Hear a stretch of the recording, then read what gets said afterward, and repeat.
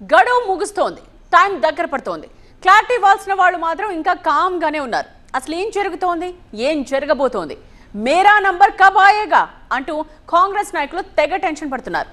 వాళ్ళల్లో ఒక్కొక్కరిది ఒక్కొక్క రకమైన కంగారైతే అందరిలోనూ భయం మాత్రం స్పష్టంగా కనిపిస్తోంది. వామో 7వ తారీఖు అంటూ కళ్ళలో ఒత్తులేసుకుని మరీ చూస్తున్నారు. ఎందుకు ఎవరు వాళ్ళు, ఎందుకు అంతలా టెన్షన్ పడుతున్నారు?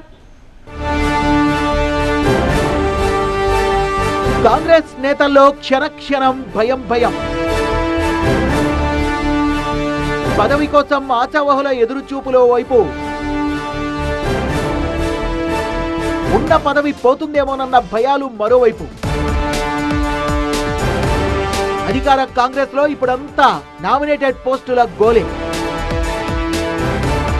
తెలంగాణ కాంగ్రెస్ నాయకులు చాలా మంది ప్రస్తుతం యమా టెన్షన్ లో ఉన్నారు. అందుకు కారణం కొందరిది భయమైతే మరికొందరిది ఆశ. ఎవరి లెక్కలు వాళ్ళు వేసుకుంటూ తెగ ఆందోళనలో ఉన్నారు. అధికారంలోకి వచ్చి 2.5 ఏళ్లైనా పదవుల భర్తీలో జాప్యం ఎందుకన్నది కొంతమంది క్వశ్చన్. అలాంటి వాళ్ళంతా నాకెప్పుడు పదవి వస్తుందా అంటూ ఆశగా ఎదురు చూస్తున్నారు. ఎంత చూసినా ఇంకా ముందుకు రావడం లేదు, కాలం గడిచిపోతుంది అన్నది వాళ్ళ టెన్షన్.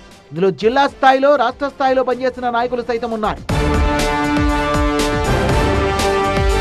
ప్రతిసారి ఈ నెల వచ్చే నెల అంటూ గడువు పెడుతున్నారు టీపీసీసీ అధ్యక్షుడు మహేష్ గౌడ్. క్యాలెండర్ లో పేజీలు మారుతున్నాయి గానీ మాకు మాత్రం పదవులు దక్కడం లేదని కంగారు పడుతున్నారు నామినేటెడ్ పదవుల ఆశావహులు. నాయకుల్ని డిసప్పాయింట్ చేయడం కాకపోతే ఇదేంటన్న వాదన సైతం పార్టీలోనూ ఉంది. ఇటీవల కొన్ని కులాల ప్రాతిపదికన కార్పొరేషన్లు, ఫెడరేషన్స్ కు చైర్మన్స్ ని నియమించారు. కానీ మిగిలిన వాటి సంగతి ఏంటి అన్నదే ఇప్పుడు బిగ్ క్వశ్చన్. ప్రభుత్వం వచ్చిన మొదట్లో 37 మంది నాయకులకు కార్పొరేషన్ చైర్మన్ పదవుల్ని కట్టబెట్టారు. ఈ నెలాఖరుతో వాళ్ల పదవీ కాలం కూడా పూర్తిగా వస్తోంది. దీంతో వాళ్ళు కూడా రెన్యువల్ కోసం టెన్షన్ గా చూస్తున్నారు. వాళ్ళలో ఎంతమందికి ఎక్స్టెన్షన్ ఇస్తారు, ఎందరిని పక్కన పెడతారో అన్న దానిపై కూడా తెగ చర్చలు జరుగుతున్నాయి. ప్రభుత్వం కనుక కసరత్తు మొదలుపెట్టి భర్తీ ప్రక్రియ ప్రారంభిస్తే పాత పోస్టులు 37, కొత్తగా మరో 20 నుంచి 25 మందికి కార్పొరేషన్ చైర్మన్ పదవులు వచ్చే అవకాశం ఉంటుంది.